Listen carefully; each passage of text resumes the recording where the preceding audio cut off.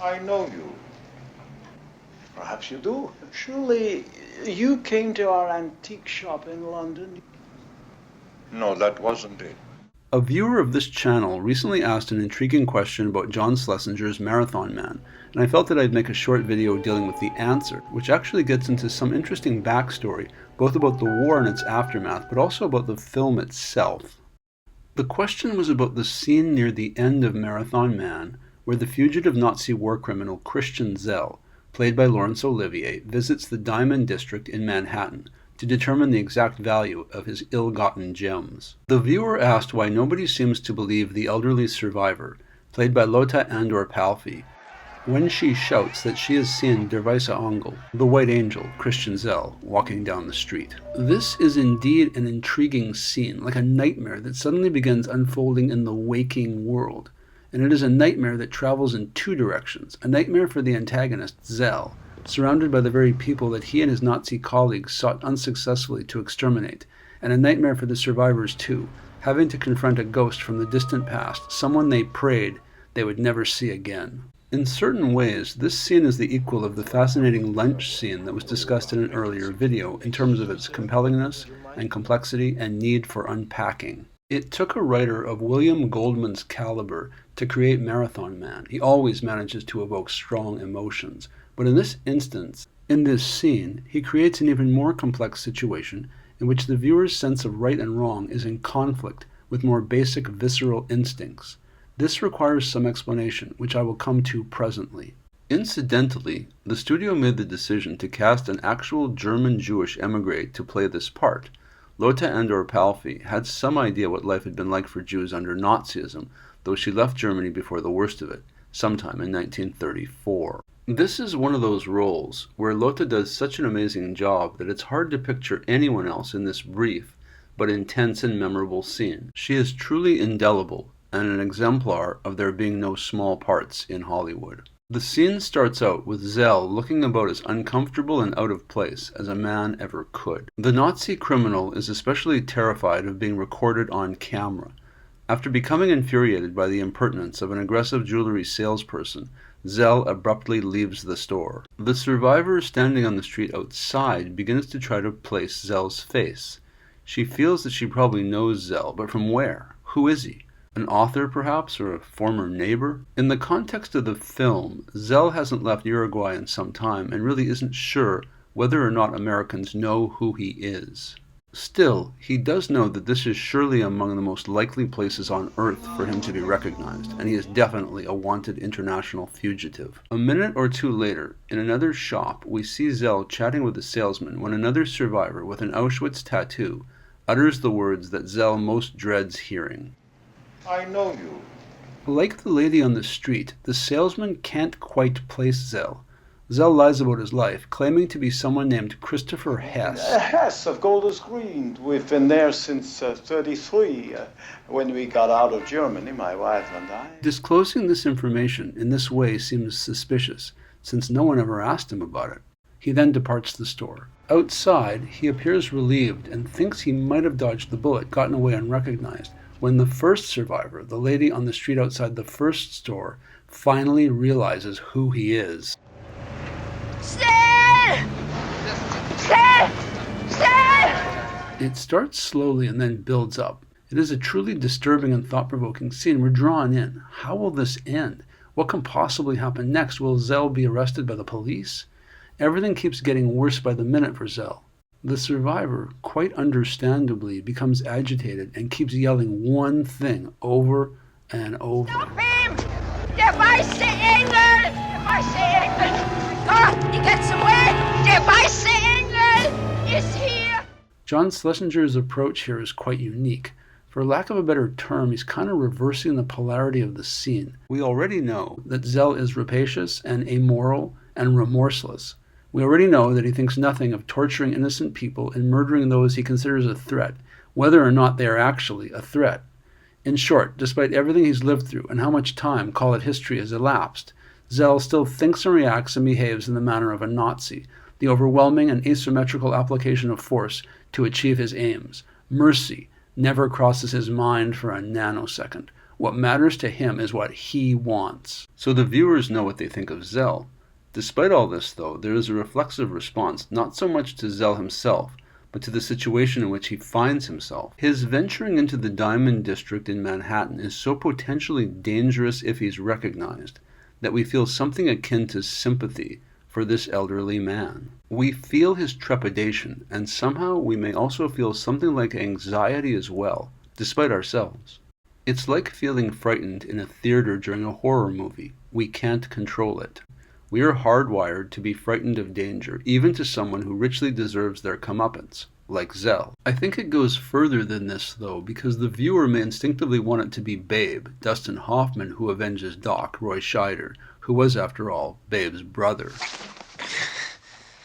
It is an odd feeling being worried about Szell. It is not rational, but the scene seems deliberately designed to function this way, with relief for a moment after it appears he's getting away.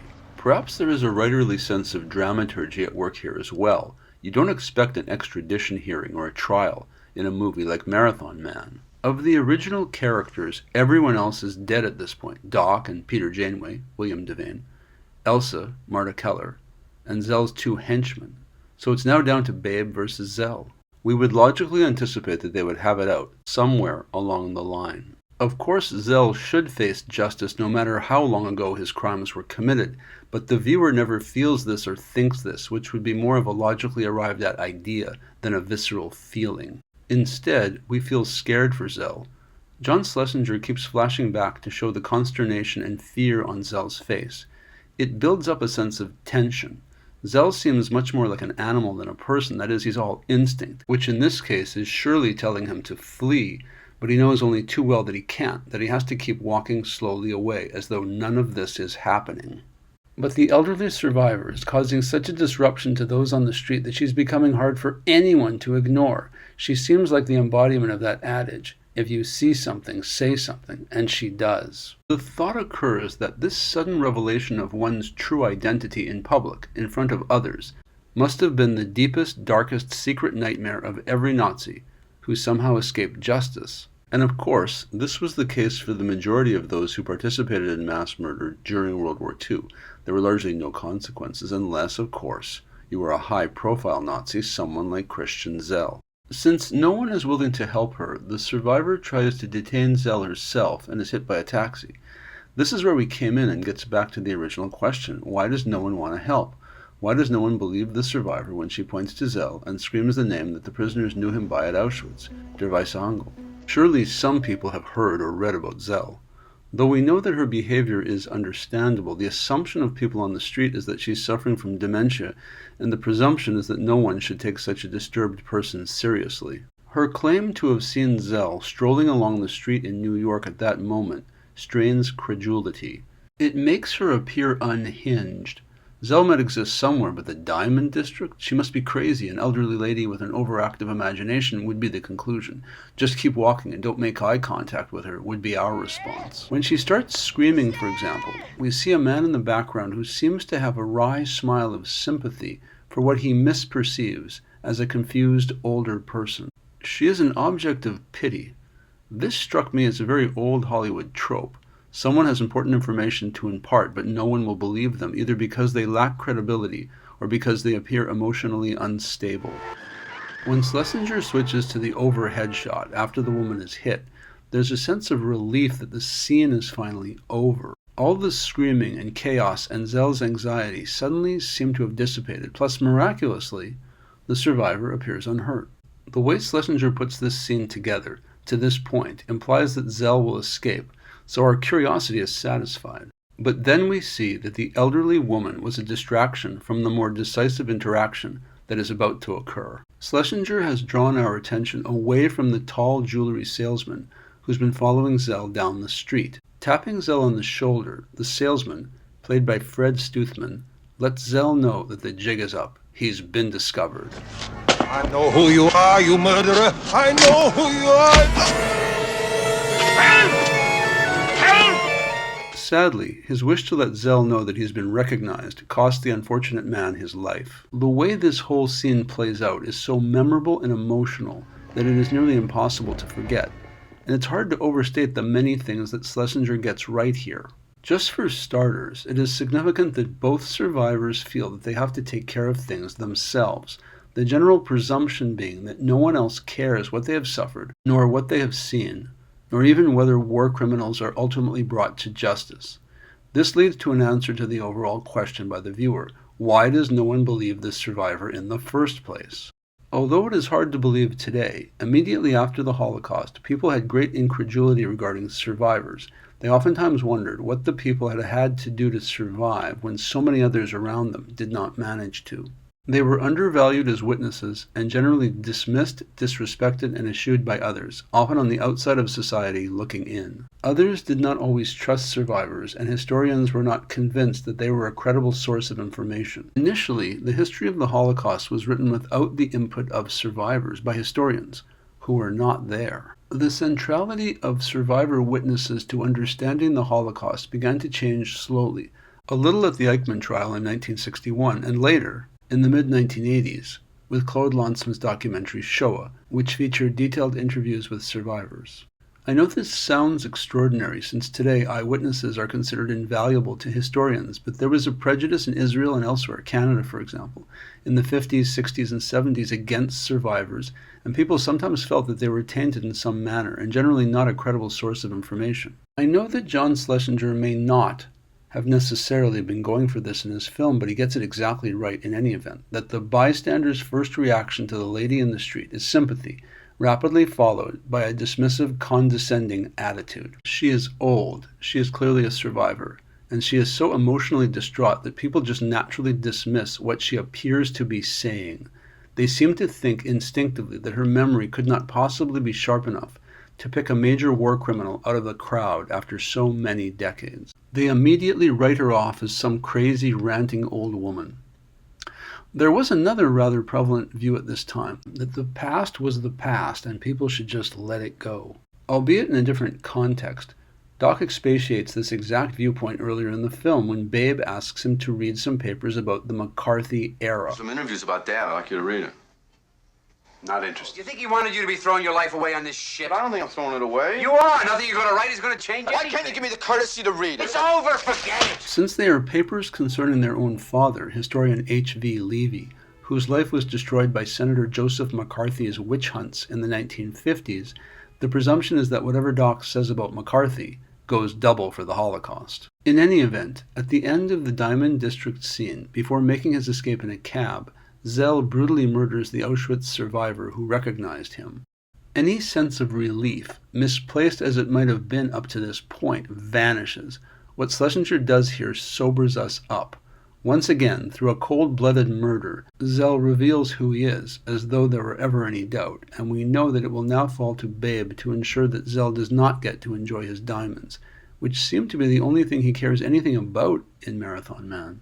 At the end of this scene, one survivor is badly shaken up, and the other lies dead, perhaps the last direct casualty of the Holocaust. Szell gets away, but barely, and still isn't totally sure whether it's entirely safe to go to the bank to get his diamonds. Relief, discomfort. Take your time. Tell me, is it safe? Spoiler alert, it isn't. But that is a future Marathon Man scene to unpack, I suppose. There is a last point worth making here about Marathon Man, and it relates back, at least in part, to perceptions of survivors and the Holocaust itself at that moment in history. Marathon Man is one of the final movies ever made that deals, at least in part, with the destruction of European Jewry that does not even once employ the term Holocaust. The term comes to be more commonly accepted after 1976 and really gains traction with the 1978 NBC miniseries of this name, Holocaust. There is a link between the miniseries and Marathon Man. Veteran American actor Fritz Weaver, who plays family patriarch Dr. Joseph Weiss in Holocaust, is one of Babe's professors, Dr. Biesenthal, in Marathon Man. In any event, it is stunning to think that fully 30 years after it ended, there was no one name to describe what had happened, at least in the English language. It strikes me that this too is related to people wanting to forget the atrocities and just move on, perhaps a bit like Doc Levy. In point of fact, Auschwitz, the largest of the death camps, sometimes stood in as the preferred synonym, as it does in Marathon Man. Once the term Holocaust becomes the accepted nomenclature sometime later, public perceptions about the centrality of the Holocaust in the history of the 20th century begin to change. Around 20 years after Marathon Man premiered, French historian Annette Villavorca writes an important book entitled The Era of the Witness. Thank you for watching this video, the second for Marathon Man. I appreciate your continuing interest in this channel and for your entertaining and encouraging comments. I wish to express my appreciation to the viewer for the question about the Diamond District scene which inspired the creation of this video. Please consider subscribing if you enjoyed the work. As always, I hope you will return to watch other videos. He kept himself alive long enough to tell you something. Now, what did he say to you? He said, He must have said something. Tell me what he said. Nothing! Shit!